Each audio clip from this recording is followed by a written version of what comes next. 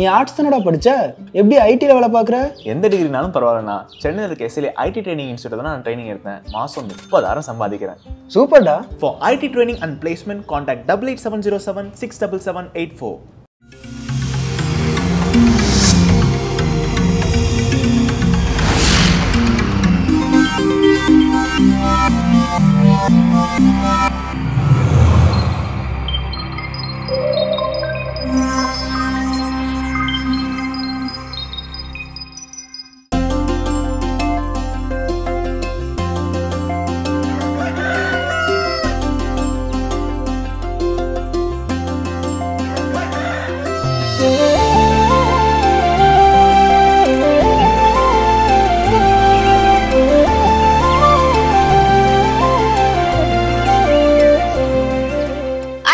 அனைவருக்கும் இனிய காலை வணக்கம். எங்களோட இணைந்து நீங்கள் பார்க்கவிருப்பது மாதா தொலைக்காட்சியின் கடவுள் வணக்கம்.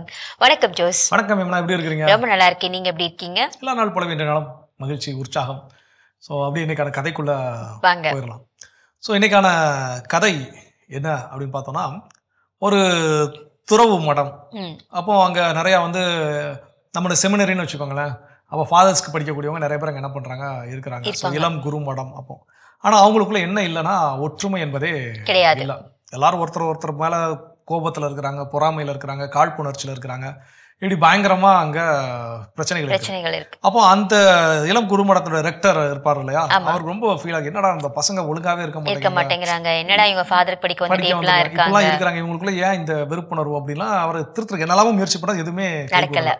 அப்போ அவர் குருமானவரா இருக்கின்ற பொழுது அவருக்கு ஒரு ரெக்டர் இருந்திருப்பார் இல்லையா, அவர்ல இப்ப வயசாகி இவர்கிட்ட என்ன பண்றாரு சொல்லலாம் அப்படின்னு ஏதாவது ஒரு ஆலோசனை சொல்லலாம் சொல்லி அவர் என்ன பண்றாரு, பார்க்க வந்த இடத்துல இவர்கிட்ட விஷயத்த சொல்றாரு, இப்படிங்கிற பசங்க எல்லாம் இப்படி இருக்கிறாங்க, எனக்கு என்னன்னே தெரியல அப்படின்னு சொல்லி. சரிப்பா, ஒன்றும் பிரச்சனை இல்லை, நான் பாத்துக்கிறேன் அப்படின்னு சொல்லிட்டு இவர் என்ன பண்றாரு, போய் ஒரு 2-3 பசங்கிட்ட என்ன பண்றாரு, தனித்தனியா உட்காந்து பேசுறாரு. இவர் பாக்குறப்போ கண்பட என்ன பேசுறாருன்னு தெரியாது, ஆனா ஒரு 4-5 பசங்க என்ன பண்றாரு, பேசிட்டு ஒரு நாட்டுக்கு சரிப்பா நான் கிளம்புறேன், வந்த வேலை முடிஞ்சது. ஏன்னா நீங்க எல்லாருக்கும் கிளாஸ் எடுப்பீங்க பார்த்தா வெறும் சும்மா 4-5 பேர்ட்ட மட்டும் பேசிட்டு போறீங்க, இது எப்படி சாத்தியமாகும், எல்லாம் மாறும் போ அப்படின்னு சொல்லி இவர் என்ன பண்றாரு, போயிட்டாரு. இந்த ரெக்டருக்கு ஒரு வாரத்துல பார்த்தா எல்லாருமே பயங்கரமா ஒருத்தர மரியாதையோட பேசுறாங்க, மரியாதையோட நடந்துக்கிறாங்க. எல்லாரும் ஒருத்தருக்கு இந்த வெறுப்பு உணர்வு எதுவுமே கிடையாது.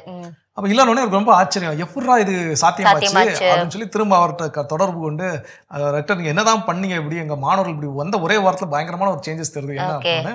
வெரி சிம்பிள், நான் சும்மா ரேண்டமா ஒரு 4-5 பேரை கூப்பிட்டு வச்சுட்டு, இது ரொம்ப நல்ல குருமடம், இந்த குருமடத்துல கடவுள் இருக்கிறாரு, ஆனா கடவுள் மனுஷனா இருக்கிறாரு, யாரு தெரியல சொல்லிட்டு வந்தேன். அதனால நீங்க எல்லாருமே ஒன்னா ஒத்துமையா இருக்கும் போது கடவுள் உங்ககிட்ட வெளிப்படுவாரு. அதாவது என்ன அப்படின்னா, இவர் சொல்லிட்டு போனோடனே மக்கள் இவங்க பசங்களை என்ன நினைக்க ஆரம்பிச்சிட்டாங்க, அப்போ ஒருவேளை பார்க்கக்கூடிய இவர் ஒருவேளை கடவுளா இருப்பாரோ, இவர் ஒருவேளை கடவுளா இருப்பாரோ, அப்ப நம்ம இவர்கிட்ட என்ன பண்ணிடக்கூடாது, இடத்தளமா பேசிடக்கூடாது, சண்டை போடக்கூடாது. சோ அப்போ காணக்கூடிய ஒவ்வொரு மனிதரும் இவர் கடவுளா, இவர் அப்படிங்கிற நினைப்புல எல்லாரும் என்ன பண்ண ஆரம்பிச்சாங்க, ஒருத்தரத்தை விட்டு கொடுத்து பேச ஆரம்பிச்சாங்க. சிம்பிள், நாமும் இங்க காணக்கூடிய ஒவ்வொரு மனிதரிடம், சக மனிதரிடம் கடவுளை காணுகின்ற பொழுது நமக்கும் யார் மேலேயும் கோபம், வெறுப்பு எதுவுமே வராது. சூப்பர். இந்த சிந்தனையோட இந்த நாளை தொடங்கலாம். இப்ப ஆளு தரிசனம் பார்க்கலாம்.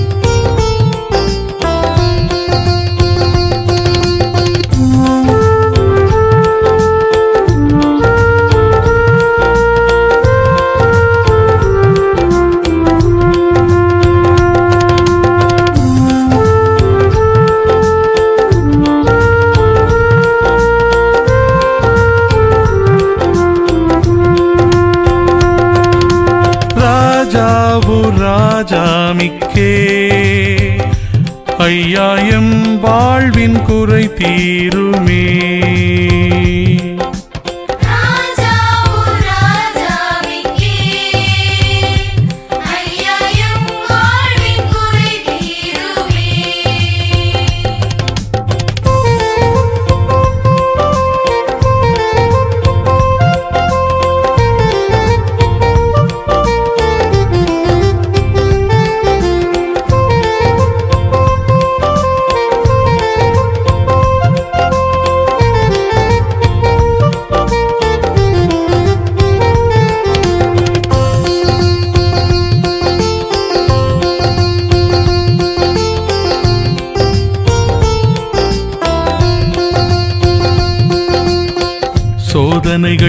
பறந்தோட வேதனைகள் கலைந்தோட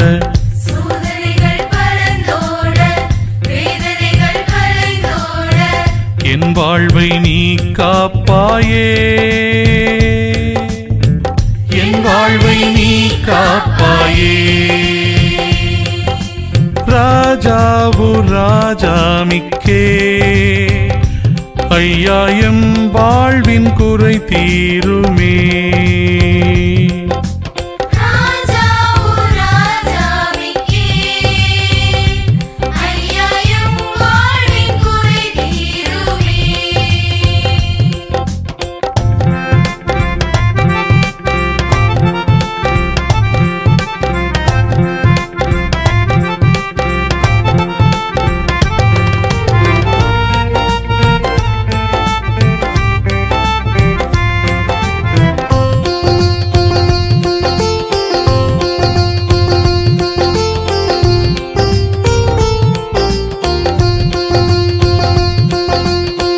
உடல் நோய்கள் குணமாக மனநோய்கள் மாறிட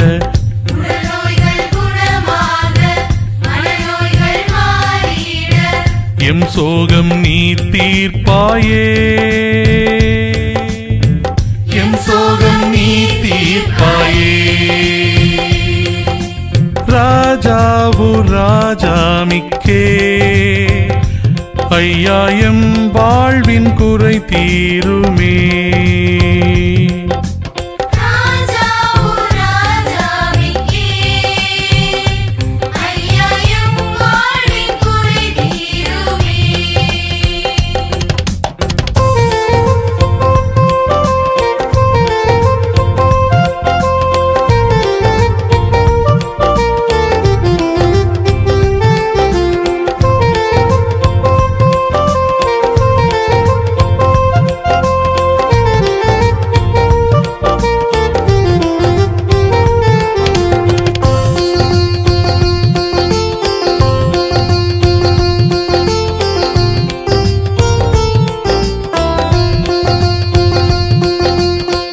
இன்னல்கள் சூழ்ந்தாலும் இடர்களில் வீழ்ந்தாலும்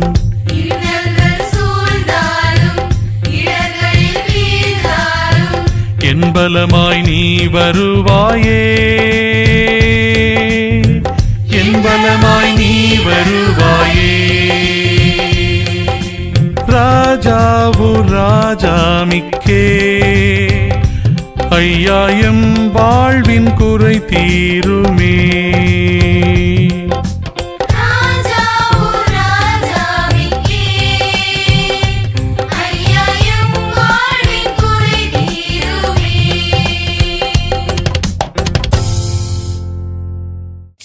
ஆளுதர்ஷனம் பார்த்தாச்சு. இன்றைய நாளை தொடங்கியாச்சு.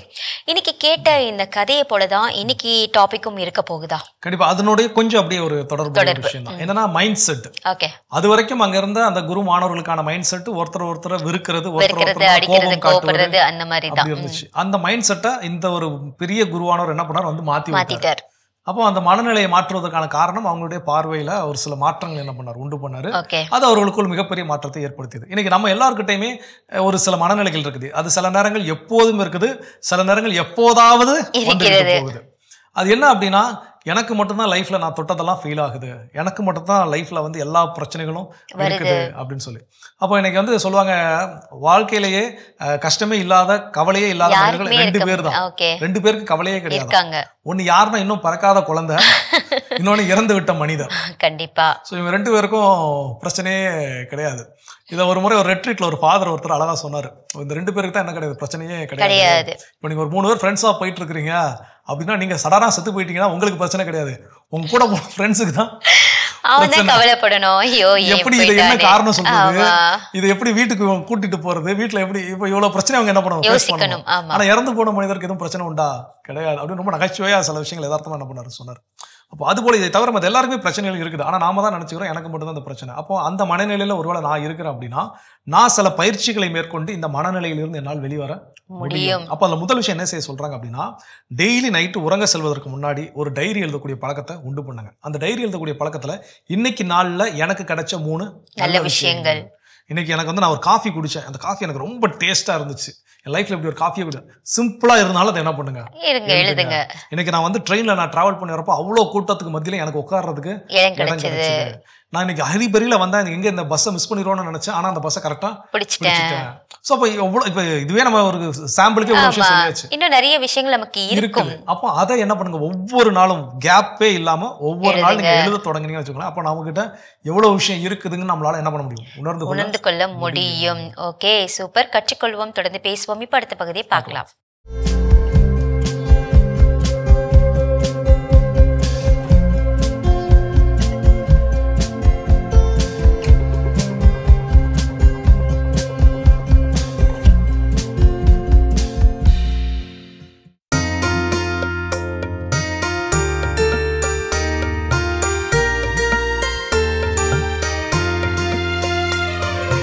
நீயும் குற்றங்களை மனதில் கொண்டிருந்தார்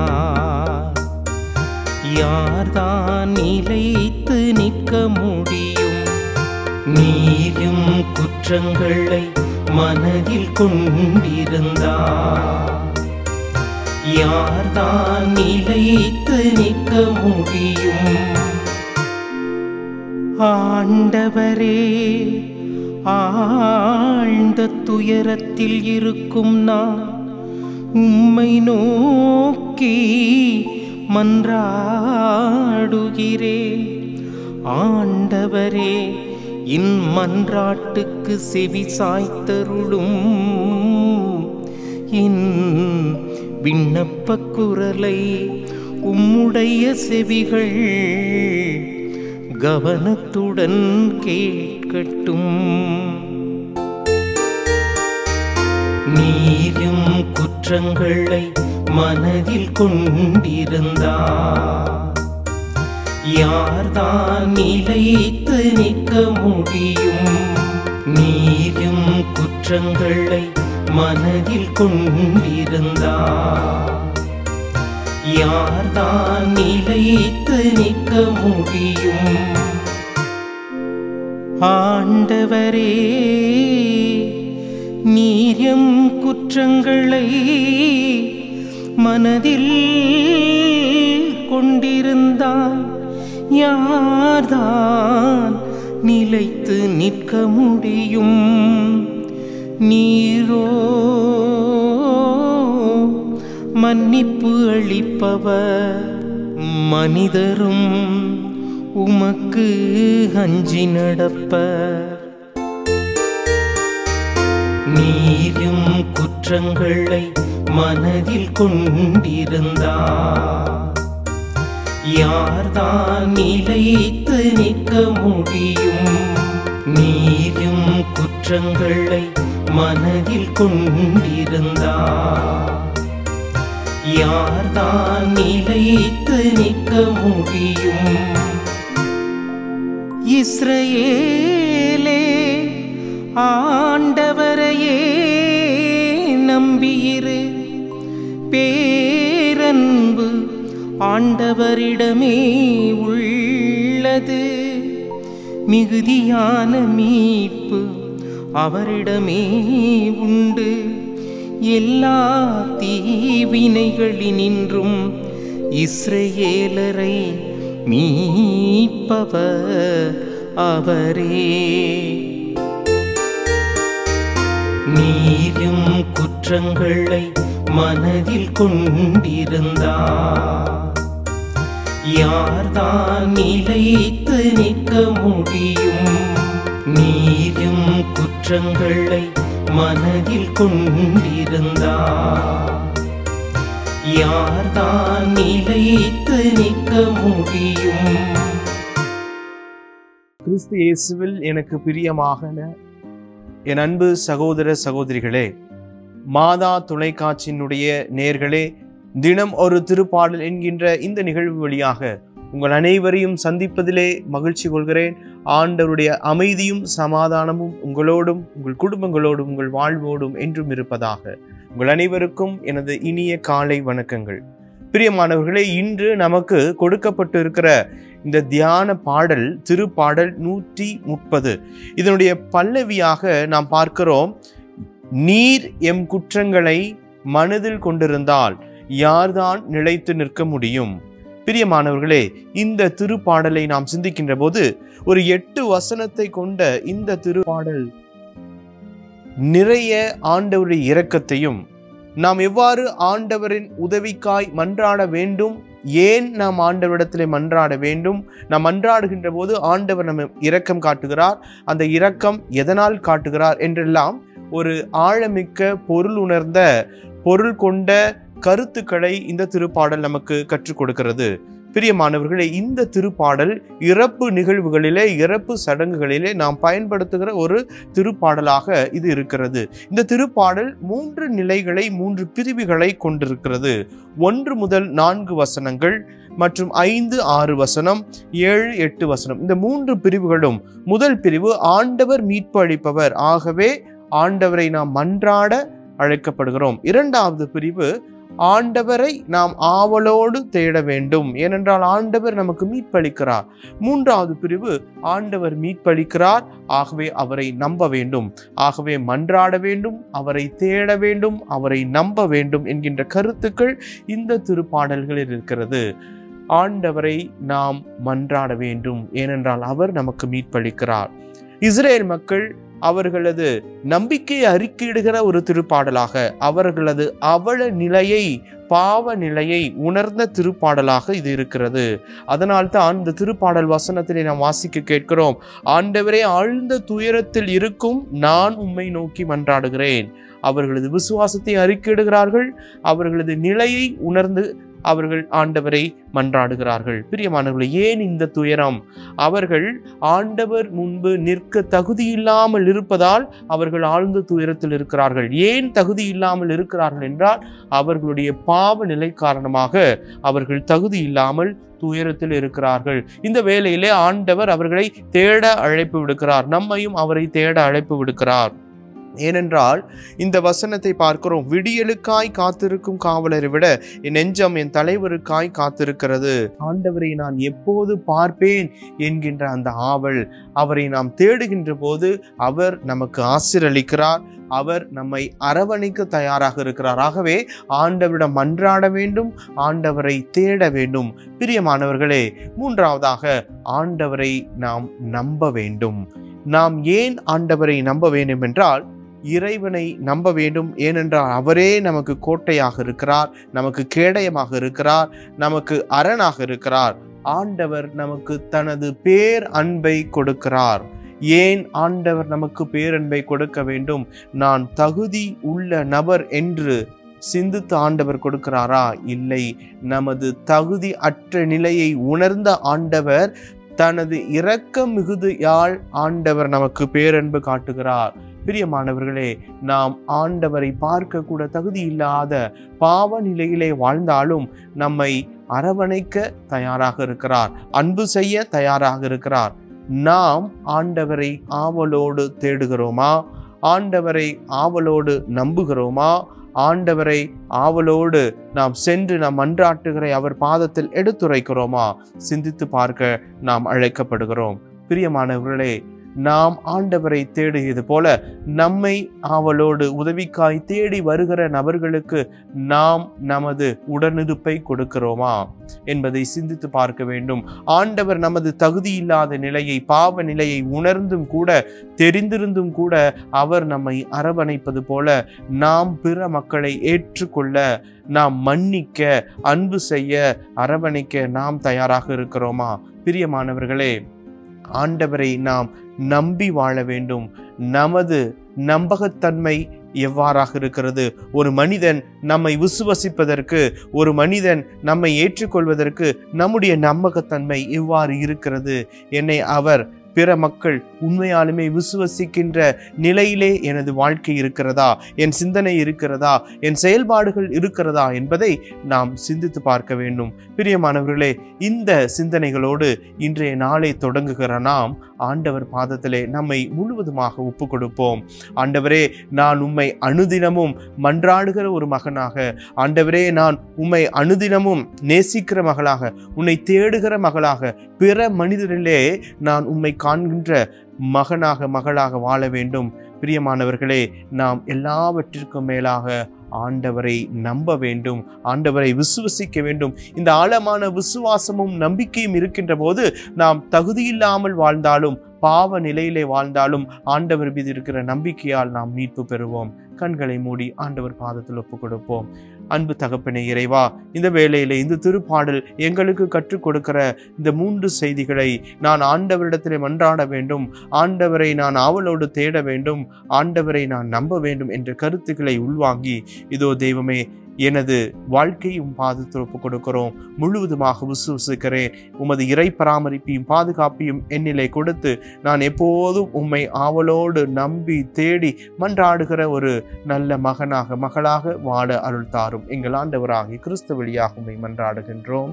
ஆமென். சிறப்பு. அருமையான தினம் ஒரு திருப்பாடல் பகுதி பார்த்துட்டோம். இன்னைக்கான திருப்பாடலும் கேட்டாச்சு. அதோட இன்னைக்கு பேசிட்டு இருக்கிறோம், வாழ்க்கையில எனக்கு எல்லாமே மோசமாக நடக்கிறது அப்படிங்கிற ஒரு மனநிலையில நான் இருக்கிறேன்னா அதிலிருந்து வெளிவருவதற்கு நான் செய்ய வேண்டிய செயல்கள் என்னென்னு பேசிட்டு இருக்கோம். அடுத்தது என்ன செய்ய சொல்றாங்க? அடுத்தது என்ன செய்ய சொல்றாங்கன்னா, இது ஏன் எனக்கு நடக்குதுன்னு சொல்லிட்டு நம்ம கொஸ்டின் கேட்டுட்டே இருப்போம் இல்லையா? இது எனக்கு மட்டும் தான் இப்படி நடக்குதா அப்படின்னு சொல்லிட்டு நம்ம கொஸ்டின் கேட்கறதுக்கு பதிலா இது நடக்காம இருக்கிறதுக்கு நான் என்ன செய்யணும் அப்படின்றத நம்ம யோசிக்கணும். அதுக்கான வழிகள் என்னன்றதை நம்ம யோசிச்சு அதை ஃபாலோ பண்ணோம்னா இந்த கொஸ்டினை நம்ம வந்து கேட்க மாட்டோம். நிச்சயமா 2 கேள்விகளுக்குமே இருவேறு விடைகள் கிடைக்கும். அந்த இருவேறு விடைகள்ல 2வது கேள்வி ஆனா ஒரே பிரச்சனைக்கான வேற கேள்வி, வேற விடைகள், ஆனா வேற நல்ல மாற்றங்களை நமக்கு கொடுக்கும். ஒரு திரைப்படத்துல வந்து ஒரு நடிகர் வந்து எல்லாரையும் கூப்பிட்டு வச்சு பிரஸ் மீட் வச்சிருப்பாரு. என்ன பண்றது, நம்ம ஊர்ல பாதி பேருக்கு அறிவே இல்லை அப்படின்னு சொல்லுவார். உடனே எல்லாம் டென்ஷன் ஆயிடுவாங்க. நாங்க எப்படி நீங்க அறிவு இல்லைன்னு சொல்லலாம், ஆவுன்னு திட்டுவாங்க. சரி நம்ம ஊர்ல பாதி பேர் அறிவாளிங்க அப்படிம்பாரு. எல்லாம் ஆனா ரெண்டுமே ஒரே விஷயம் தான். சோ அப்போ இது போல நமக்கு அந்த கேள்விகளை, விதங்கள், அணுகுமுறை, அந்த கேள்வியில் இருக்கக்கூடிய வார்த்தைகளில் இருக்கக்கூடிய நேர்மறையான எண்ணங்கள், சோ அப்ப அந்த எண்ணங்களை நம்ம மாற்றி கேள்விகளை கேட்கின்ற பொழுது அதற்கான நேர்மறையான விடை நமக்கு கிடைக்கும். அது நம்முடைய வாழ்வில் மாற்றத்தை ஏற்படுத்தும். ஓகே, இன்னும் தொடர்ந்து பேசலாம். இப்ப அடுத்த பகுதியை பார்க்கலாம்.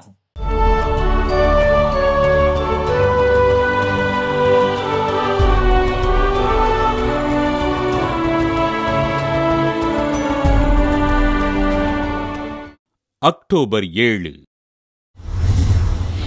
புனித ஜெபமாலை அன்னை திருவிழா. தொடக்க கால திருச்சபையில் ஒவ்வொரு துறவியும் இறந்த துறவிக்காக 150 திருப்பாடல்களை ஜெபிக்கின்ற வழக்கமும், ஒவ்வொரு நாளும் 50 முறை கர்த்தர் கற்பித்த ஜெபத்தினை ஜெபிக்கும் பக்தி முயற்சியும் இருந்திருக்கிறது. புனித மரியன்னையின் பக்தி படிப்படியாக வளர்ந்து வந்த தொடக்க காலத்தில் அன்னையினை போற்றி வாழ்த்துவதற்கு புனித கபிரியேல் வானதூதர் உரைத்த மங்கள வார்த்தையோடு நமது பாவங்களுக்காக மன்றாடும்படியாக அன்னையிடம் ஜெபித்திருக்கின்றனர். கிபி 13ஆம் நூற்றாண்டில் நிலவிய ஆல்பிஜென்சிய தப்பறை கொள்கையினை கடுமையாக மறுத்த திருத்தந்தை 3ஆம் இன்னோசென்ட் இந்த தப்பறைக்கு எதிராக பேச புனித சாமிநாதரை நியமனம் செய்தார். புனித சாமிநாதரின் கருத்துக்களை அக்கால கத்தோலிக்க மக்களும் சில குருக்களும் ஏற்காத காரணத்தினால் மனவேதனையடைந்த சாமிநாதர் மனவருத்தத்தோடு ஜெபிக்க புனித மரியன்னை காட்சி அளித்து ஜெபமாலை ஜெபித்து ஒப்புக் கொடுக்கும்படி கூறினார். கிபி 1571ஆம் ஆண்டு கிறிஸ்தவர்களுக்கும் இஸ்லாமியருக்கும் இடையே நடைபெற்ற போரின் போதும், கிபி 1863ஆம் ஆண்டு கிறிஸ்தவர்களுக்கும் துருக்கியர்களுக்கும் இடையே நடைபெற்ற போரின் போதும் கிறிஸ்தவர்களின் வெற்றிக்காக மக்களும் குருக்களும் ஜெபமாலை ஜெபித்து மரியன்னைக்கு ஒப்புக் கொடுக்க இவ்விரண்டு போரிலும் கிறிஸ்தவர்களுக்கு வெற்றி கிடைத்தது.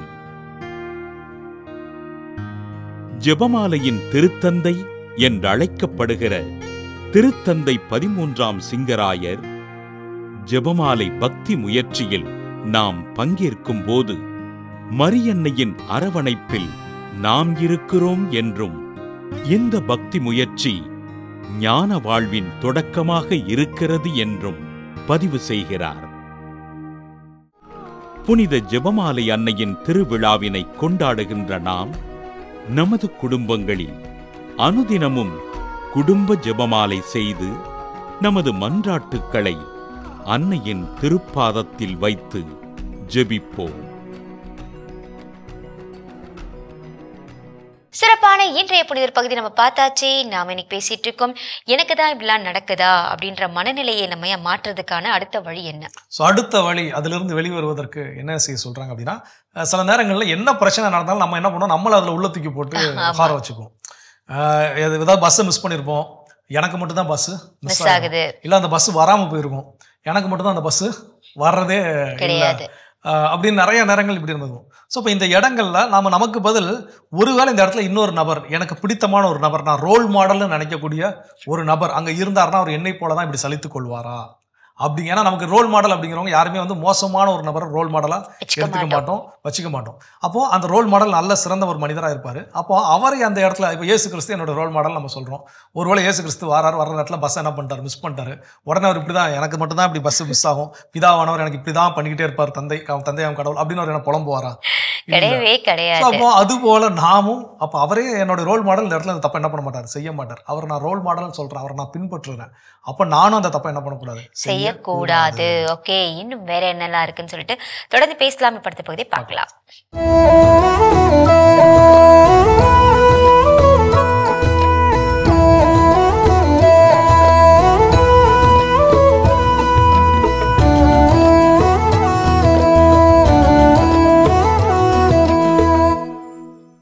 அவர் ஓர் ஆகப்பெரிய அரசியல் வியாதி, ஊழலிலே ஆழமாய் மூழ்கி போன அரசியல்வாதி.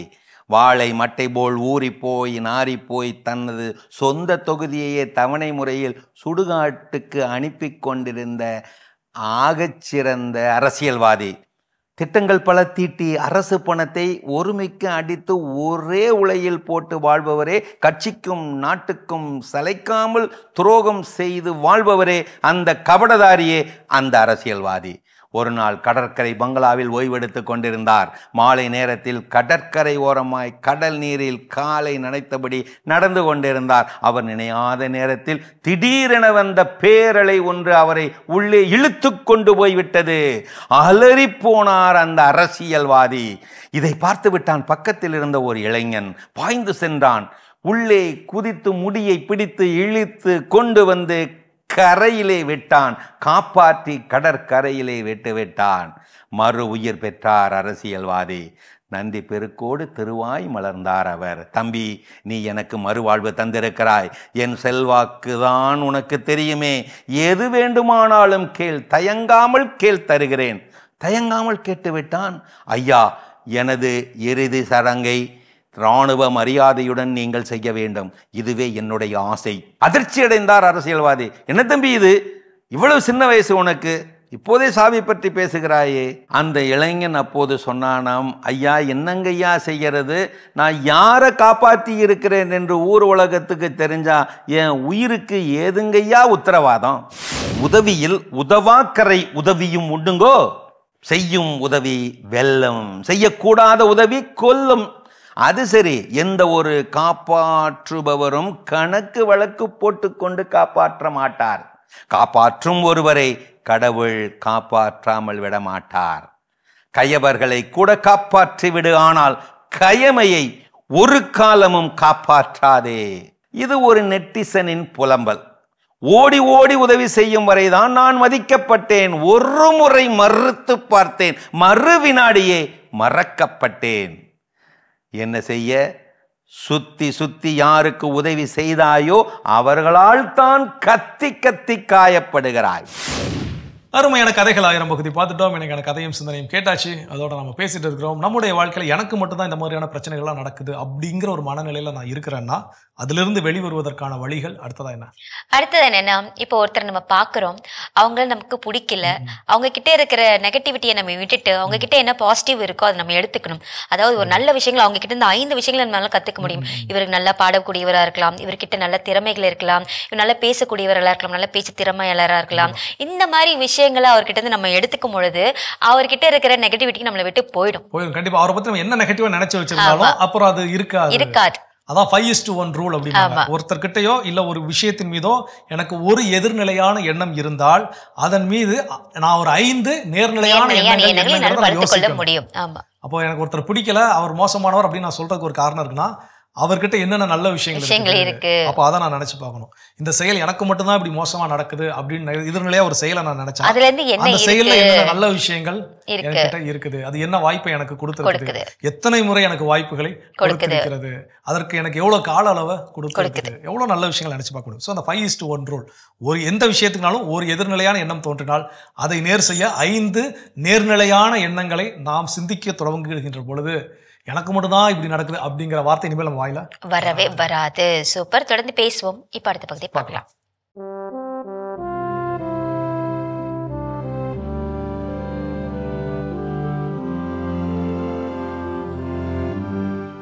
அன்புக்குரியவர்களே, ஆண்டவர் இயேசுவின் இனிய திருப்பெயரில் உங்களை அன்போடு வாழ்த்துகின்றேன்.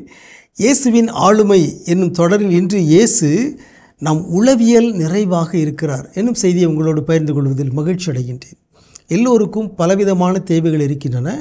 அவற்றில் ஒன்று உளவியல் தேவை, உளம் சார்ந்த மனம் சார்ந்த தேவை.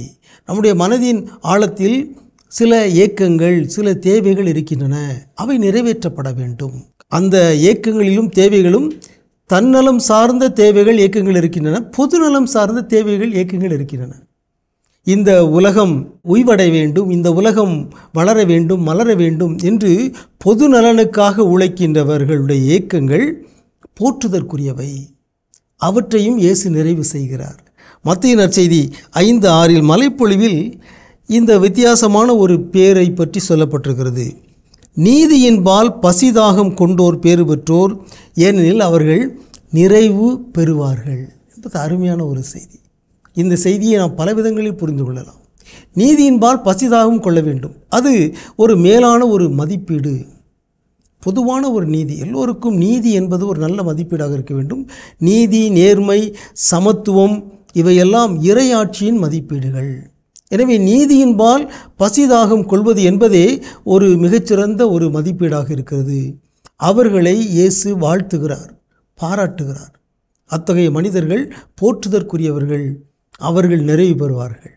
இந்த உலகில் நீதியை நிலைநாட்டும் வரை இறைவாக்கினர் ஓய மாட்டார் என்று எசாயா வழியாக இயேசுவை பற்றியே முன்னறிவிப்பு செய்யப்பட்டிருக்கிறது. இயேசுவே ஒரு இறைவாக்கினராக இருந்து இந்த உலகில் நீதியை நிலைநாட்டும் வரை அவர் ஓயாமல் பணியாற்றி கொண்டே இருப்பார்.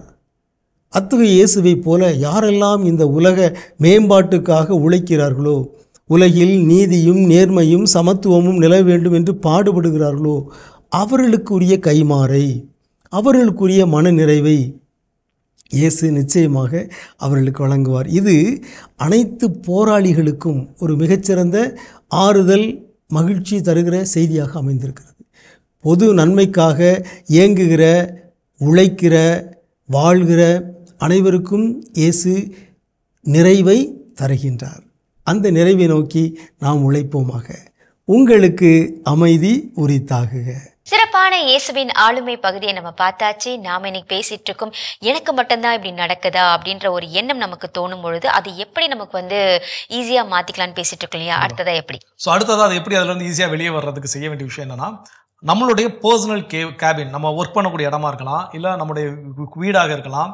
ஸோ இந்த மாதிரியான இடங்கள்ல எனக்கு உத்வேகம் தரக்கூடிய வார்த்தைகளை நம்ம ஒட்டி வச்சுக்கலாம்.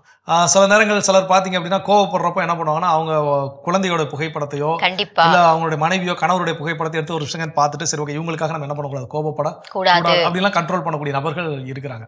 ஸோ இப்போ அது போல எனக்கு உத்வேகத்தை தரக்கூடிய விஷயம், நான் எப்போதெல்லாம் சோர்வடைந்திருக்கின்றனோ அப்போதெல்லாம் எனக்கு உத்வேகம் தரக்கூடிய விஷயத்தை நம்மளை சுற்றி வச்சிருக்கணும். எனக்கு சில திரைப்படங்கள் நான் லிஸ்ட் அவுட் பண்ணுவேன். அந்த திரைப்படம் கிட்டத்தட்ட இது வரைக்கும் 100 தடவைக்கு மேலெல்லாம் என்ன பண்ணியிருப்பேன்னா பார்த்துருப்பேன். எப்பெல்லாம் ஃபீலிங் டவுன் ஆகுதோ அப்பெல்லாம் இந்த திரைப்படத்தில் ஏதாவது ஒன்று தூக்கி உட்காந்து பார்க்க ஆரம்பிச்சோம். ஒன்று நம்ம அந்த கவலையை மறந்து சிரிக்க ஆரம்பிச்சிடும், இல்லை நம்ம உத்வேகத்தோடு எடுத்து செயல்படுவதற்கான ஒரு ஆற்றல் அந்த விஷயங்கள் நமக்கு கொடுக்கும். அது எத்தனை முறை பார்த்தாலும் நமக்கு என்ன ஆகாது, சலிக்காது. ஸோ அப்படி நமக்குன்னு ஒரு செட் ஆஃப் விஷயங்கள் நம்ம வச்சுக்கிட்டு எப்பெல்லாம் நம்ம ஃபீலிங் டவுன், நான் ஆற்றல் குறைவாக நான் உணர்கிறேனோ அப்போதெல்லாம் அதை நான் பயன்படுத்துகின்ற பொழுது அந்த ஆற்றலை என்னால் மீள் உருவாக்கம் செய்ய முடியும். சூப்பர், தொடர்ந்து பேசுவோம். அதுக்கு முன்னாடி ஒரு பிரேக் போயிட்டு வருவோம்.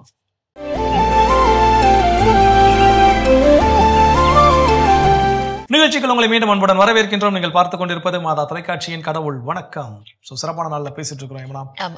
எனக்கு மட்டும்தாங்க லைஃப்ல இவ்வளவு பிரச்சனை நடக்குது அப்படின்னு சொல்லக்கூடிய எல்லாரும் அதிலிருந்து வெளிவருவதற்கு என்னென்ன செய்யணும்னு பேசிட்டு இருக்கிறோம். அடுத்தது என்ன செய்ய சொல்றாங்கன்னா, இப்ப எனக்கு மட்டும்தான் இந்த நிகழ்வு நடக்குதா, நம்ம பல நேரங்களை கேள்வி கேட்கும் பொழுது நமக்கு மட்டும் அந்த விஷயம் நடந்திருக்காது, நம்ம சுத்தி இருக்கிறவங்களுக்கு அந்த விஷயம் நடந்திருக்கும். ஆனா நம்மள மாதிரியே எல்லாரும் ஃபீல் பண்றாங்களான்றத ஒரு நிமிஷம் நம்ம வந்து யோசிச்சு பார்க்கணும்.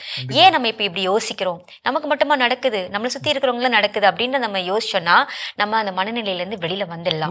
ஒரு 10 செகண்ட் தள்ளி போட்டீங்கன்னா போதும். எனக்கு ஒரு பிரச்சனை நடக்குது, உடனே ஐயோ என் வாழ்க்கையில மட்டும்தான் இதுதான் நடக்கும் அப்படி நம்ம ஒரு பொங்கி எழுந்து செய்யாம ஒரு 10 செகண்ட் பொறுமையாக இருந்து விட்டு அதன் பிறகு ஓகே இப்படி ஒரு விஷயம் நடந்திருக்கு, நெகட்டிவா எனக்கு நடந்திருக்குது, இது எனக்கு மட்டும் தான் நடந்திருக்குதா, இது எனக்கு சொல்லக்கூடிய செய்தி என்ன, அப்படி நம்ம திங்க் பண்ண ஆரம்பிக்கும் பொழுது நம்ம புலம்ப மாட்டோம், அங்கலாய்க்க மாட்டோம், ஐயோ எனக்கு மட்டும் தான் அந்த பிரச்சனை நடக்கலாம் யோசிக்கவே மாட்டோம். Very simple. பேருந்து தவற விட்டு அதே விஷயத்தை நம்ம சுத்தி நிறைய பேர் நிப்பாங்க, அடுத்த பஸ் வருமா அதே கூட்டம் வரும், அதே மக்கள் ஏறுவாங்க. நம்ம நினைச்சுக்கோ எனக்கு மட்டும் தான் பஸ் மிஸ் ஆகுது, நாங்க ஏன் கூட பஸ் ஸ்டாப்ல 10 பேர் நிப்பாங்க பஸ் மிஸ் பண்ணுவாங்க. சோ அப்போ அதெல்லாம் எல்லாருக்கும் நடக்கக்கூடிய இயல்பான விஷயங்கள் என்பதை நம்மால் உணர்ந்து கொள்ள முடியும், கற்றுக்கொள்வோம். இன்னும் வேற என்ன விஷயம் இருக்குங்கிறத தொடர்ந்து பேசுவோம்.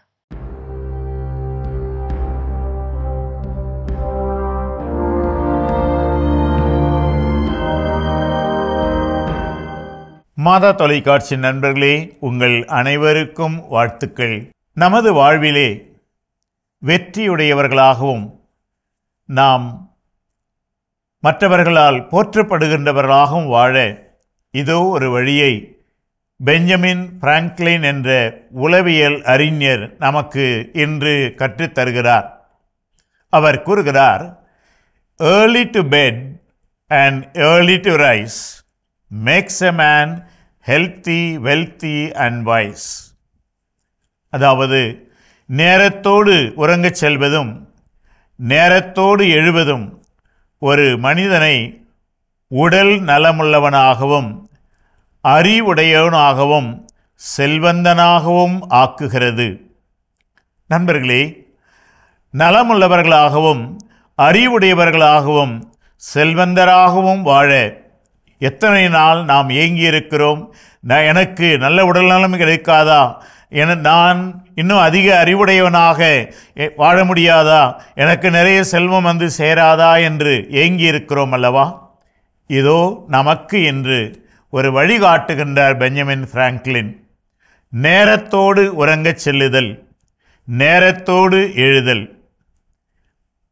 எதை அவர் இங்கே குறிப்பிடுகிறார்? இந்த வார்த்தை வழியாக முறைப்படுத்தப்பட்ட வாழ்க்கை செயல்முறை. இந்த நேரத்திலே இதை செய்வது, இந்த நேரத்திலே படுக்கச் செல்வது, இந்த நேரத்திலே எழுவது, அடுத்து இந்த காரியத்தை செய்வது என்று நம் வாழ்க்கையை முறைப்படுத்தி கொண்டால், திட்டமிட்டு கொண்டால் அதனுடைய விளைவு என்ன பாருங்கள். நேரத்தோடு உறங்க செல்லுதலும் நேரத்தோடு எழுவதும் ஒரு மனிதனை உடல் நலமுள்ளவனாகவும் அறிவுடையோனாகவும் செல்வந்தனாகவும் ஆக்குகிறது. பாருங்கள், எவ்வளவு எளிமையான வழியை, இவ்வளவு மிகப்பெரிய ஒரு சாதனைக்கு அவர் வழியாக சொல்லுகிறார். அதாவது திட்டமிட்ட வாழ்க்கை செயல்பாடு. ஏதோ நினைத்த நேரத்தில் நினைத்த காரியங்களை செய்வேன் என்று ஒரு சிதறிப்போன மனிதனாக வாழாமல், இந்த நேரத்திலே இது, அடுத்த நிமிடத்திலே இது, அடுத்த மணி நேரத்திலே இது என்று வாழ்க்கையை திட்டமிட்டு வாழ்ந்தால் நாம் உடல் நலமுள்ளவர்களாகவும் அறிவுடையவராகவும் செல்வந்தனாகவும் நாம் மாற முடியும். பெஞ்சமின் பிராங்க்லின் அவர்கள் சொல்வதை கேட்டு நாம் முயற்சி செய்வோமா? உங்கள் அனைவருக்கும் வாழ்த்துக்கள். சிறப்பான ஆன்றோர் வாக்கு பகுதி நம்ம பார்த்தாச்சு. நாம இன்னைக்கு பேசிட்டு இருக்கோம், எனக்கு மட்டும்தான் இப்படிலாம் நடக்குதா அப்படின்ற ஒரு எண்ணத்தை நான் எப்படி வெற்றியா மாற்றிக்கிறது சொல்லுங்க. எப்படி வெற்றியாக மாற்றுவது? அடுத்து செய்ய வேண்டிய விஷயம் என்னன்னா, வார இறுதியில் ஒவ்வொரு வாரமும் அந்த வாரத்தோட இறுதி அது எந்த நாளாக எடுத்துக்கோங்க, ஒரு திங்கக்கிழமை எடுத்துக்கோங்க, இல்லை ஞாயிற்றுக்கிழமை, எந்த நாள் கம்ஃபர்டபுளாக இருக்கோ அந்த நாளில் உட்காந்து கடந்த வாரம் முழுவதும் என்ன நடந்துச்சு ஒரு ரிஃப்ளெக்ஷன். நீங்க டைரி எழுதிருந்தீங்கன்னா டைரி எடுத்து கூட பார்த்துக்கலாம். கண்டிப்பா. அப்போ நிச்சயமா அது நல்ல ஒரு விஷயம். ஏன்னா அந்த டைரி எடுத்து நம்ம பாக்குறப்போ என்ன ஃபர்ஸ்ட் பாயிண்ட் நம்ம சொன்னலையா, இன்னைக்கு நடந்த விஷயங்கள்ல உங்களுக்கு 3 திங்ஸ் எழுதுங்க அப்படின்னு இருக்கீங்க. சோ வார இதுல கூட எடுத்து படிச்சு பார்க்கலாம். அப்ப இவ்வளவு வாரங்கள், இந்த வாரங்களே எனக்கு இவ்வளவு ஆசீர்வாதமான விஷயங்கள் எனக்கு நடந்திருக்குது. அப்போ அந்த நேர்நிலையான எண்ணம் என்ன பண்ணுனா, எனக்குள்ள இருக்கக்கூடிய எதிர்நிலையான எண்ணத்தை கொஞ்சம் கொஞ்சமா மாத்தி விடும், அது விரட்டி அடிச்சிடும். அதுக்கப்புறம் என்னால நம்ம தலைகீழ நின்று எதிர்நிலையா யோசிக்கணும்னா கூட நம்மளால யோசிக்க முடியாது. ஏன்னா எந்த ஒரு விஷயத்தை பார்த்தாலும் அதில் இருக்கக்கூடிய நல்ல விஷயம் என்ன, அதுதான் நம்மளுடைய கண்களுக்கு தெரியும். அப்போ ஒருவேளை இப்போ நம்ம எங்கேயோ ஒரு இடத்துக்கு அடிச்சு புரண்டு போகிறோம், போய் அங்கே நின்னா கேட்டை பூட்டியாச்சு, க்ளோஸ் பாயிண்ட் மேலே உங்களெல்லாம் அலோவ் பண்ண மாட்டாங்க, நீங்கள் போயிட்டு நாளைக்கு வாங்க அப்படின்னு சொன்னால் அப்போ அந்த இடத்துல கூட ஓகே நல்ல வேலை நமக்கு வேற ஒரு இடத்த சுற்றி பார்ப்பதற்கான ஒரு வாய்ப்பு கிடைச்சிருக்குது. ஸோ அப்போ இந்த மாதிரியான மைண்ட் செட் அப்படிதான் போகுமே தவிர ஐயோ இவ்வளோ கஷ்டப்பட்டு வந்தோமே கதவு போட்டாங்களே அப்படின்லாம் நமக்கு தோணவே யோசிக்கவே முடியாது. ஸோ அப்போ நல்ல விஷயங்களை வீக்லி ஒன் டைம் ரெஃப்ளெக்ட் பண்ணி பாருங்க. சூப்பர். தொடர்ந்து பேசலாம். இப்ப அடுத்த பகுதி பார்க்கலாம்.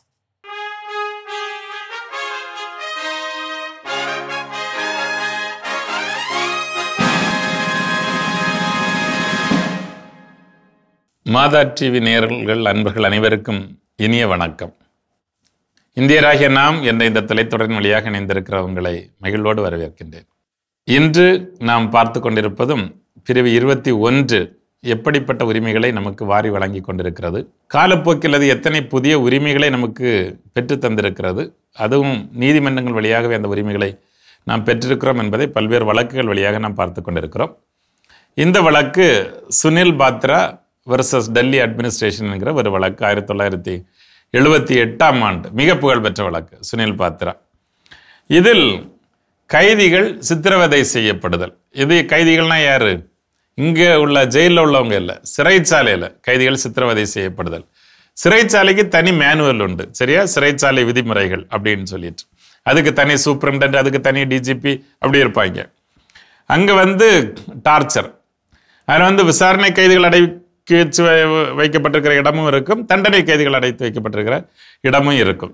அப்போ இப்படி இருக்கிற பொழுது உடல் ரீதியாகவோ மன ரீதியாகவோ அவர்கள் கண்டிப்பாக துன்புறுத்தப்படுவாங்க, அது இல்லைன்னு கிடையாது. அங்கே இருக்கும்போது அவங்கள டிசிப்ளின் பண்ணுறதுக்கு பலவிதமான தண்டனை முறைகள் உண்டு, அது சிறை மேனுவல்லே இருக்குது. ஆனால் அப்படி இருந்தாலும் கண்டிப்பாக அவர்கள் அதை மீறிய கொடூரமான தண்டனைகளுக்கோ குரூரமான தண்டனைகளுக்கோ சித்திரவதைகளுக்கோ ஆளாகக்கூடாது என்பதை பற்றி உச்சநீதிமன்றம் தெள்ள தெளிவாக சொல்லியிருக்கிறது. இந்த சுனில் பாத்ரா வழக்கில் தான், அதாவது கண்கள் குருடாக்கப்பட்ட வழக்கு இது. அப்படி சொன்னாதான் தெரியும் எல்லாருக்கும். அதாவது கைதிகளுடைய கண்களை குருடாக்கிய வழக்கு தான் இது. இந்த வழக்கு அது மிக கொடூரமான ஒரு சித்திரவதை. அப்போ அந்த வழக்கில் நீதிமன்றம் மிக தெளிவாக 3 வரையறைகளை சொல்லியிருக்கிறது. இனிமே எந்த சிறைச்சாலைகளிலும் நீதிமன்றத்தில் அளிக்கப்படாத தண்டனைகளுக்கு அவர்களை கைதிகளை உட்படுத்தல் கூடாது. நீதிமன்றம் என்ன சொல்லியிருக்கோ அந்த தண்டனை முறைகள் மட்டும்தான். அதற்கு விரோதமாக கண்டிப்பாக அதற்கு எதிராக அல்லது அதற்கு அதிகமாக எந்த தண்டனை முறைகளுக்கு உட்படுத்தக்கூடாது. 1. 2வது, கைதிகளுக்கு தேவையான ஒழுங்கு கட்டுப்பாடுகள், அதான் இந்த பிரிசன் மேனுவல்ஸ் என்ன சொல்லப்படுகின்ற சிறை கைதிகளுக்கான அந்த நெறிமுறைகள் அதில் இருக்கு. அதில் சொல்லப்படுகின்ற அந்த டிசிப்ளின், அவங்கள டிசிப்ளின் பண்ணுறதுக்கு, இப்போ திடீர்னு தான் சொன்னால் கேட்க மாட்டான், அப்போ ஒரு அடி அடிச்சு போயா அப்படின்னு சொல்கிறாங்க. அல்லது இந்த நேரத்துக்குள்ளாடி அவங்க உள்ளாடி போகணும், செல்லுக்குள்ளாடி போனால் தான் பூட்ட முடியும். ஒருத்தர் முரண்டு பிடிச்சிட்டு இருக்கான், அப்போ போதுமான பலத்தை பிரயோகித்து அவங்கள கொண்டு உள்ளாடி தள்ளி விடலாம். இப்படிப்பட்ட அதை டிசிப்ளின் பண்ணுறதுக்கு தேவையானதை தவிர மீறி எதுவும் செய்யக்கூடாது. 3வதாக மனிதத்தன்மையில் இருந்தவர்களை இழிவுபடுத்தக்கூடிய செயலை செய்யக்கூடாது. போட்டு தரையில் போட்டு மண்ணில் கொட்டி சாப்பிட சொல்கிறது, இப்படிப்பட்ட விஷயங்கள் எல்லாம், அல்லது முழங்கால் போட்டுட்டே நெல் விடிய விடிய அப்படிங்கிற இப்படிப்பட்ட இதெல்லாம் மனிதத்தன்மையை இழிவுபடுத்துகிற செயல்களாக நீதிமன்றம் கருதுகிறது. எனவே இந்த 3 விஷயங்கள், நீதிமன்றத்தால் அளிக்கப்படாத தண்டனை, சிறை மேனுவலில் சொல்லப்படாத தண்டனை, மனிதத்தை இழிவுபடுத்துகின்ற தண்டனை, இவையெல்லாம் டார்ச்சர்.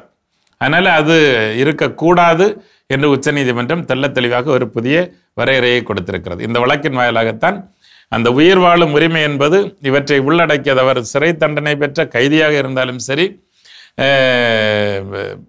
மனிதத்தை இழந்து விட்டாலும் மனித உரிமைகளையும் மனித வாழ்வையும் அவர் இழப்பதில்லை. எனவே அது பாதுகாக்கப்பட வேண்டும் என்பதற்காக இந்த உரிமைகளை பெற்று தந்திருக்கிறது.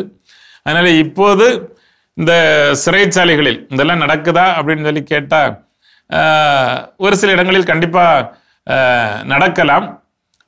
ஆனால் பொதுவாக சிறை அதிகாரிகளுக்கும் இந்த பாடம் எல்லாம் இப்போது கற்றுக் கொடுக்கப்படுகிறது. சிறைச்சாலைகளுக்கு பணிபுரிகிற வார்டன்ஸாக இருக்கலாம் அல்லது சூப்பரண்ட் ஆஃப் பிரிசனாக இருக்கலாம், இவர்கள் எல்லோருக்கும் இந்த கல்வி, இந்த மனித உரிமை கல்வி இப்போது அளிக்கப்பட்டு வருகிறது என்பது கூடுதலாக நமக்கு பெருமை சேர்க்கிற ஒரு விஷயம். ஏனென்றால் அவர்களும் மனிதாபிமானத்தோடு கைதிகளிடம் நடந்து கொள்ள வேண்டும் என்பதற்காக இத்தகைய கல்வி முறைகள் இப்போது அளிக்கப்படுகின்றன. இவை அனைத்தும் உச்சநீதிமன்றத்தினுடைய வழிகாட்டுதலிருந்து பிறந்தவை என்பதுதான் பாராட்டப்பட வேண்டிய ஒரு அம்சம். உச்சநீதிமன்றம் அரசியலமைப்பு சட்டம் சொல்லுகிற பிரிவு 21 தான் இவற்றுக்கு வழிகாட்டி இருக்கிறது என்பது நாம் அரசியலமைப்பு சட்டத்தை கற்றுக்கொள்வதற்கான இன்னொரு ஆடட் ரீசன் காரணமாக இருக்கிறது. எனவே அரசியலமைப்பு சட்டத்தை இன்னும் ஆழமாக தெரிந்து கொள்ள வேண்டியதனுடைய அவசியத்தை புரிந்து கொண்டிருப்பீர்கள் என்று நம்புகிறேன். இப்படி இன்னும் பல வழக்குகளை நாம் தொடர்ந்து பார்க்க இருக்கிறோம். இந்த வழக்குகளின் வழியாக நம்முடைய மனிதம் பாதுகாக்கப்படுகிறது, நம்முடைய சமூகம் பாதுகாப்பாக திகழ்கிறது. அது மட்டுமல்ல, நீதிமன்றம் தன்னுடைய கடமையை சிறப்பாக செய்கிற பொழுது மனித உரிமைகளும் மனித மாண்பும் பாதுகாக்கப்படுகிறது. இந்த நாள் உங்களுக்கு இனிய நாளாக இருக்க வாழ்த்துகிறேன். நன்றி, வணக்கம். அருமையான இந்தியராகிய நாம் பகுதி பார்த்துட்டோம். அதோட இன்னைக்கு பேசிட்டு இருக்கிறோம். வாழ்க்கையில் ஒரு மோசமான தருணத்தில் நான் இருக்கிறேன், எனக்கு தான் எல்லாமே தவறாக நடக்கிறது அப்படிங்கிற மனநிலையில் நான் இருக்கிறேன்னா அதிலிருந்து வெளிவருவதற்கான வழிகள் என்னென்னு பேசிட்டு இருக்கிறோம். அடுத்ததான் என்ன செய்ய சொல்றாங்க? அடுத்தது என்ன செய்ய சொல்றாங்களா, நீங்க பார்க்கக்கூடிய நபர்களுக்கெல்லாம் வந்து ஒரு காம்ப்ளிமெண்ட் கொடுங்க அப்படின்னு சொல்றாங்க. இன்னைக்கு ரொம்ப அழகா இருக்கீங்க, உங்களை பார்த்தாலே எனக்கு ஒரு உற்சாகம் வருது, இந்த நாள் உங்களால எனக்கு நல்லா போச்சு அப்படின்ற ஒரு விஷயத்த நீங்க அவங்களுக்கு சொல்லும் பொழுது நமக்கு இருக்கிற அந்த எண்ணம் இருக்கு இல்லையா, எனக்கு மட்டும்தான் நடக்குதா அப்படின்ற எண்ணத்தை கூட நம்மளால பாசிட்டிவா மாத்திக்க முடியும் இந்த மாதிரி காம்ப்ளிமெண்ட்ஸ் தரும் பொழுது. நிச்சயமா இதை சொல்லும்போது ஒரு 2-3 நாட்களுக்கு முன்னாடி பைக்ல வரும்போது ஒருத்தர் லிஃப்ட் கேட்டு வந்தார். லிஃப்ட் கேட்டால் நானும் சரி நிறுத்தினேன். அவர் ஃபேஸ் எல்லாம் பார்க்கல, டக்குன்னு நம்ம அந்த வழியாக தான் போகிறோம், எங்கேயும் இறக்கலாம் அப்படின்ட்டு. அவர் இன்னொன்று, ஹாய் சார், குட் மார்னிங், இந்த இடத்துல விட்டுற முடியுமா, ஸோ உங்கள் ஷர்ட் ரொம்ப சூப்பராக இருக்குது சார் அப்படின்னாரு.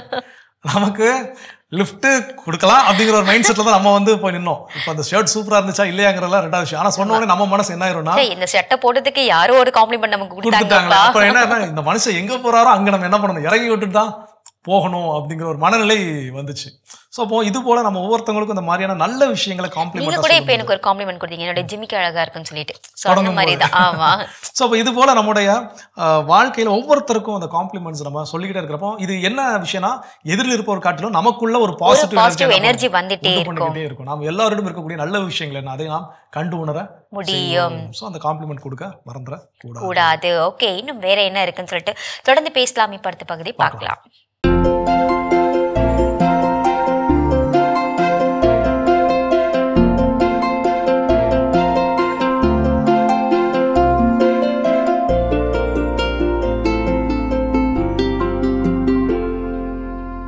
அனைவருக்கும் வணக்கம். இன்றைய பதிவில் நம்ம பார்க்க போகிற முக்கியமான விஷயம் என்ன அப்படின்னா, முருங்கை பயிர்கள், அது செடி முருங்கையாக இருக்கட்டும், மரம் முருங்கையாக இருக்கட்டும், இந்த காலத்தில் கவனிக்க வேண்டிய ஒரு முக்கியமான விஷயம் என்ன, பூச்சிகள் பொதுவாக மரத்தோட உடம்பை தாக்கி அதுலேருந்து அதோட சாறு வெளியே வர்றதுனால கோந்து மாதிரி வெளியே வந்து நிற்க வாய்ப்பு இருக்குது. ஒன்று.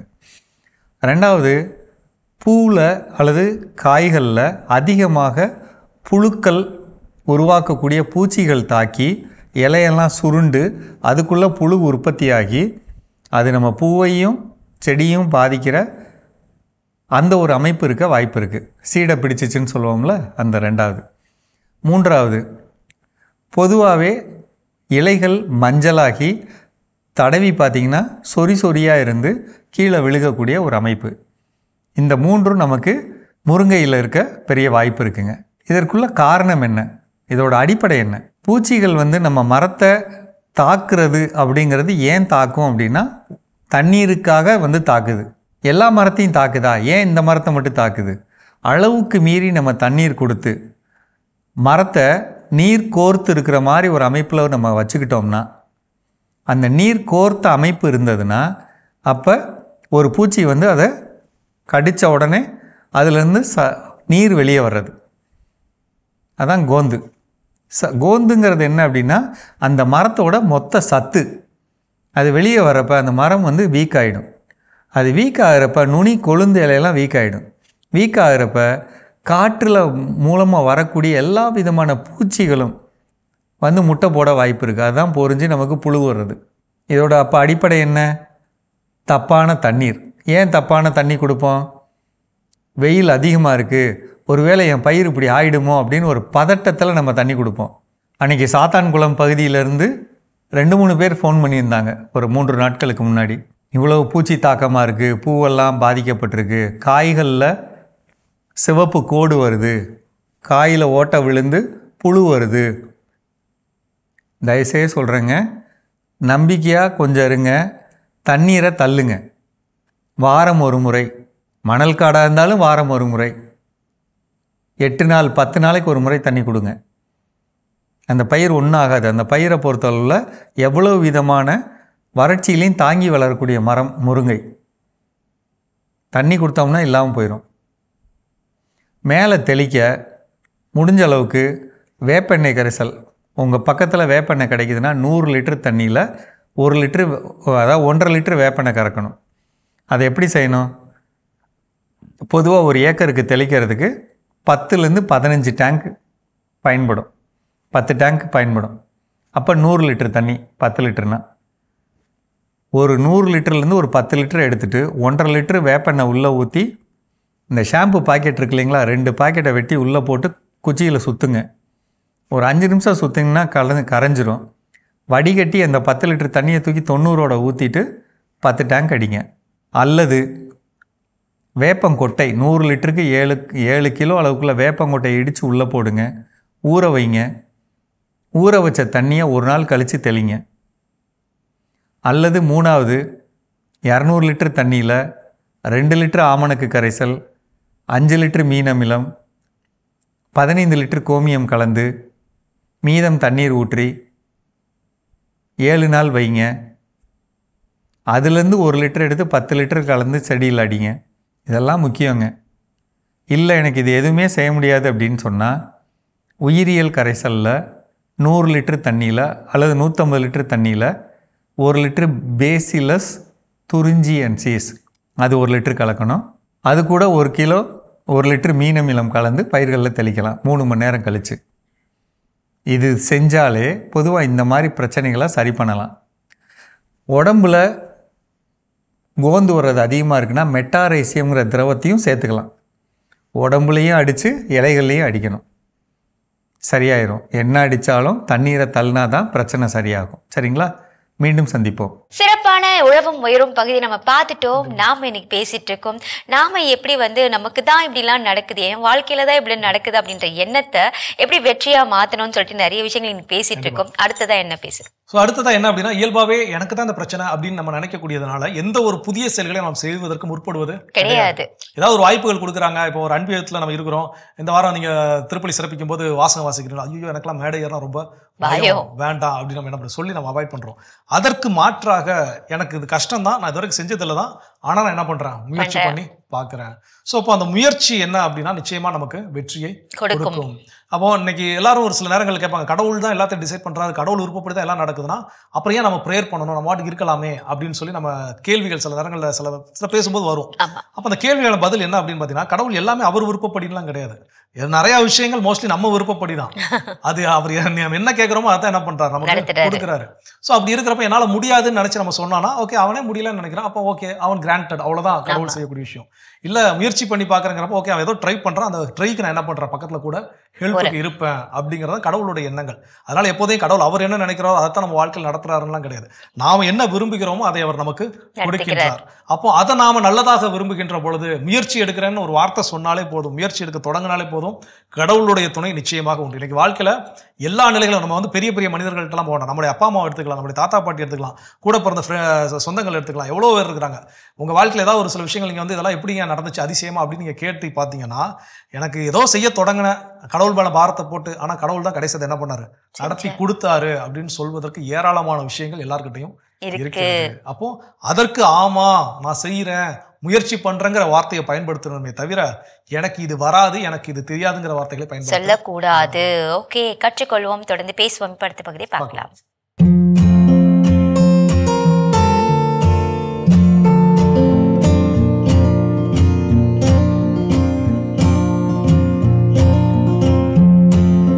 அன்பான மாதா தொலைக்காட்சி நேயர்களுக்கு வணக்கம். இன்றைய நிகழ்ச்சியில் யூரிக் ஆசிட் அதிகமாகிறதுனால உடலுக்கு எந்த மாதிரி உபாதைகள் வரலாம் அப்படிங்கிறத பார்க்க போகிறோம். பொதுவாக தவறான உணவு பழக்க வழக்கத்தால் நமக்கு யூரிக் ஆசிட் அதிகமாகிறத முக்கியமாக காரணமாக கருதப்படுது.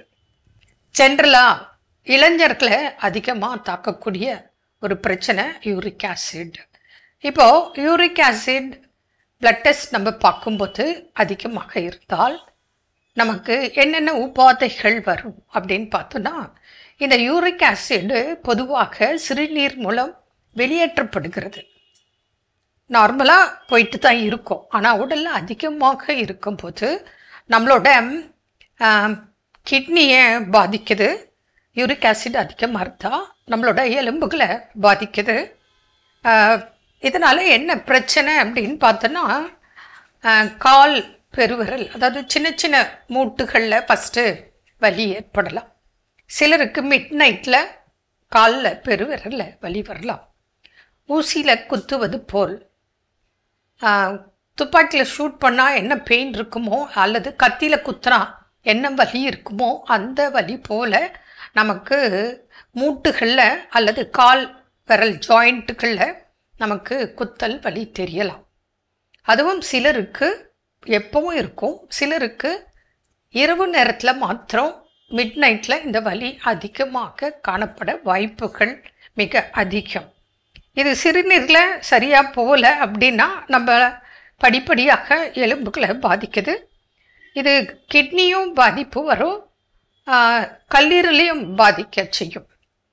இப்போ நம்ம பார்த்தோன்னு சொன்னால் கிட்னி ஸ்டோன் வரலாம். மேலும் மூட்டுகளில் நம்ம எலும்புக்கு மேலே நம்ம ஸ்கின்னுக்கு அடியில் இந்த யூரிக் ஆசிட் கிறிஸ்டல் ஃபார்மில் படிந்து காணப்படும். அப்போ அது மூட்டு எலும்புகளில் ஜாயிண்டில் அது இருக்கும்போது இர்ரெகுலர் ஷேப்பில் இருக்கும். ஷார்ப்பாக பின் மாதிரி இர்ரெகுலர் ஸ்டார் மாதிரி இருக்கலாம். அப்படி இருக்கும்போது நமக்கு அந்த அசைவுகள்னால நமக்கு அந்த குத்தல் வலி ஏற்படும். பயங்கரமாக குத்தல் வலி இருக்கும். அப்போ உடனே நமக்கு இந்த வலி, இப்போ பேஷண்ட் வராங்க, மூட்டு வலின்னு சொல்லுவாங்க. என்ன மாதிரி வலி இருக்குது, எந்த மூட்டுகளில் வலி ஆரம்பத்தில் வந்துச்சு அப்படிலாம் நாங்கள் கேட்போம். அப்போ அவங்க சொல்லுவாங்க. அதை வச்சு எங்களுக்கே டவுட் வந்துடும். இது ரொமட்டாய்டு ஆர்த்ரைட்டிஸா, ஆஸ்டியோ ஆர்த்ரைட்டிஸா, இல்லை கவுட் ஆர்த்ரைட்டிஸா. இப்போ நம்ம பேசுகிறது கவுட் ஆர்த்ரைட்டிஸ். அப்போ அந்த குத்தல் வலி அவங்களாம் சொல்லும்போது ஆல்ரெடி ரிப்போர்ட் எடுத்துகிட்டு வந்திருந்தாங்கன்னா ஓகே, இல்லைன்னா அவங்களுக்கு நாங்கள் அட்வைஸ் பண்ணுவோம் யூரிக் ஆசிட் டெஸ்ட் எடுக்க பார்க்கலாம். அப்போ யூரிக் அமிலம் அதிகமாக இருக்கும். அப்போ இருக்கும்போது அவங்களுக்கு இதனால தான் ப்ராப்ளம். அதுவும் சிலருக்கு பார்த்தோன்னா நடக்கும்போது காலை நல்ல ஸ்டெப்பாக எடுத்து வச்சு நடக்க முடியாது. இந்த யூரிக் அமிலம் பாதிப்புனால காலை இழுத்துட்டு நடப்பாங்க. இதை வச்சு நம்ம கண்டுபிடிச்சிக்கலாம். ரிப்போர்ட்டை வச்சு நம்ம பார்த்து இவங்களுக்கு யூரிக் ஆசிட் அதிகமாக இருக்குது. அப்போ இதில் கிட்னி பாதிப்பு வரலாம், கல்லீரல் பாதிப்பு வரலாம், கிட்னி ஸ்டோன் வரலாம், கவுட் ஆர்த்ரைட்டிஸ் வரலாம். யூரிக் ஆசிட் அதிகமாகறதுனால வரக்கூடிய மூட்டு வலி தான் கவுட் ஆர்த்ரைட்டிஸ்ன்னு பேர். இப்போது இதுக்கு நம்ம என்னென்ன சாப்பிடணும், என்ன சாப்பிடக்கூடாது, எந்த பொருள் சாப்பிட்டா இந்த யூரிக் ஆசிட் அதிகமாகுது அப்படின்னு பார்க்கும்போது, ரெட் மீட் ஜென்ரலாக நம்ம அதிக அளவில் சாப்பிட்றவங்களுக்கு இந்த பிரச்சனை வரும். அதே போல் ஜென்ரலாக சிலர் அந்த மட்டனில் அந்த கிட்னி குடல் பகுதி சாப்பிட்றவங்க, அப்புறம் சீ ஃபுட்டில் மத்தி மீன், நண்டு, இறால் அதிகமாக பயன்படுத்துகிறவங்களுக்கு இந்த யூரிக் ஆசிட் அதிகமாகிறதுக்கு வாய்ப்பு இருக்குது. அதனால் யூரிக் ஆசிட் அதிகமாக இருக்கிறவங்க மதுபான வகைகள் அருந்தக்கூடாது.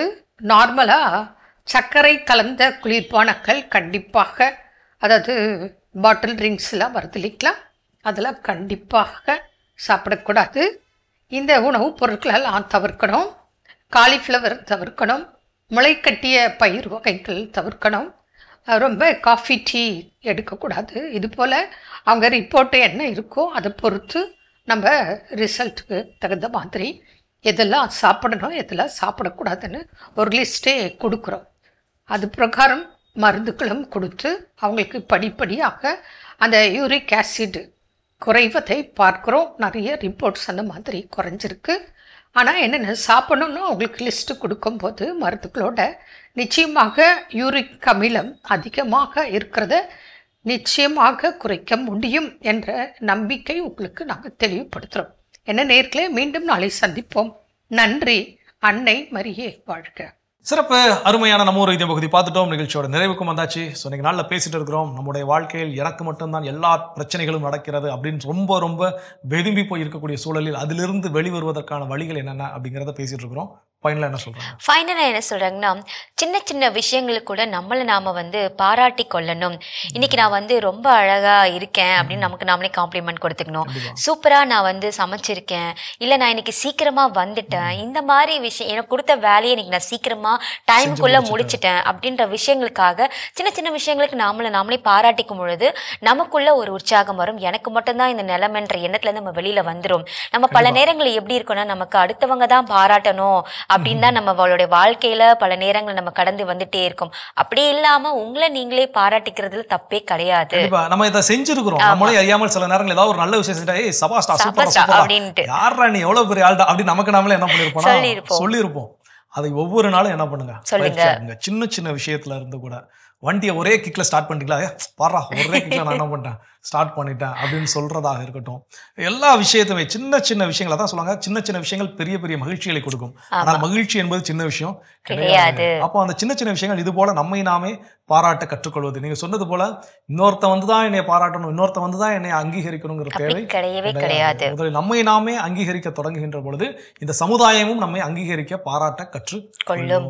ஸோ சிறப்பான நாள், சிறப்பான சிந்தனை. பல நேரங்களில் நம்ம கிட்ட இருக்கக்கூடிய பெரிய பிரச்சனை, எனக்கு மட்டும்தான் லைஃப்ல இதெல்லாம் பிரச்சனை, எனக்கு மட்டும்தான் இந்த மாதிரி எல்லாம் சூழல் நடக்கும், எனக்கு மட்டும்தான் நான் விரும்பினது கிடைக்காம போகும் அப்படின்னு எவ்வளோ விஷயங்கள் நாம எதிர்நிலையாக எண்ணிக்கொண்டே இருக்கின்றோம். அப்ப அந்த எதிர்நிலை எண்ணத்திலிருந்து வெளிவருவதற்கு என்னென்ன விஷயங்களை பயிற்சியா செய்யணும் அப்படிங்கிற நல்ல ஒரு சிந்தனை கடவுள் கொடுத்துருக்கிறாரு. கண்டிப்பா அந்த பயிற்சியை மேற்கொள்வோம், அந்த சிந்தனையிலிருந்து வெளிவருவோம். நல்ல சிந்தனை கொடுத்த கடவுளுக்கு நன்றி சொல்லி இன்னைக்கு நாள் யாரெல்லாம் விழா கொண்டாடுறாங்க பார்க்கலாம்.